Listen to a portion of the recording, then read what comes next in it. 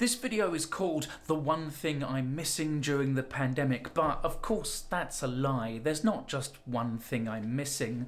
Too much has changed. We have changed. There's too much to talk about in one video, sometimes too much to think about. So sometimes when there's too much to think about, the smart move is to focus down onto one detail. So this video is really about just one of the things I'm missing during the pandemic. Dressing rooms.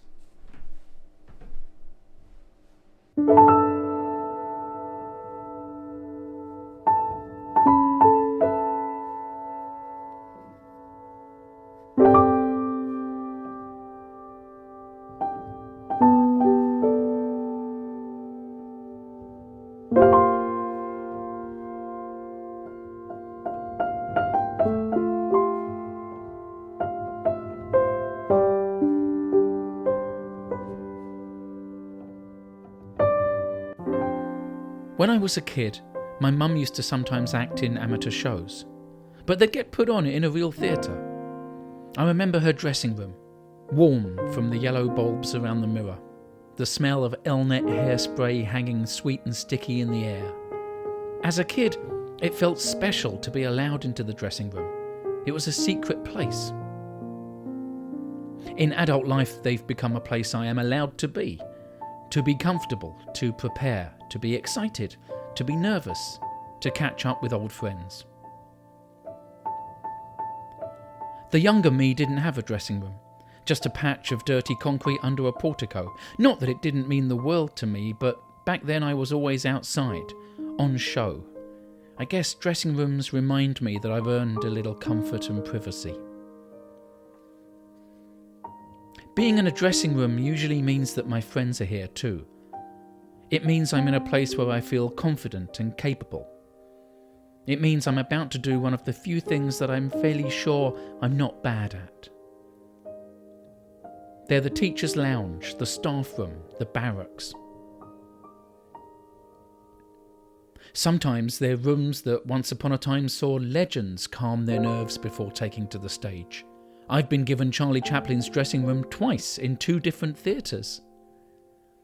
But just as often, they're glorified storerooms where you find yourself sharing with broken furniture, crates of beer and rats. But that's all part of the game. Once the performers fill it up with gossip, complaining and laughter, every room seems warm enough. Let me tell you, you've never seen a machine so well oiled as a cast of cabaret performers smoothly negotiating each other to share real estate on a dressing room mirror. I miss the anticipation as one by one they leave the little room with the lights around the mirrors and go into the big room with the lights in your eyes. I miss hugging hello and hugging goodbye.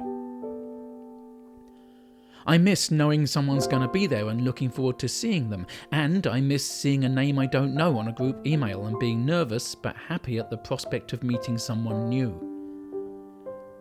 I miss the way burlesque dancers lay out their jewellery and tassels and other sparkly things on the table in an act of glamorous nolling.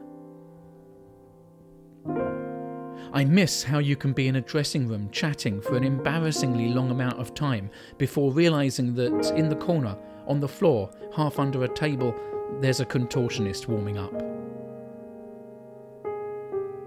I guess when I say I miss dressing rooms, what I'm really saying is that I miss my friends, my job, my art, connecting with people. Fingers crossed that it's not too much longer before it's safe for all of us to come back and make quiet places noisy with joy and dark places loud with colour. Just before you go, if you're new here, then as you've heard, I'm a live performer, which means that over the last year, pretty much the only venue still available to me is YouTube, so it would mean a lot if you'd subscribe. And I want to say a big thank you to everyone who's signed up to my Patreon.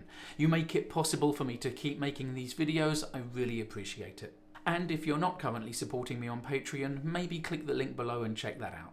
And don't forget to follow me on Twitter and Instagram and share this video with anyone that you think might enjoy it. Stay as safe and as sane as you can, and I'll see you next time.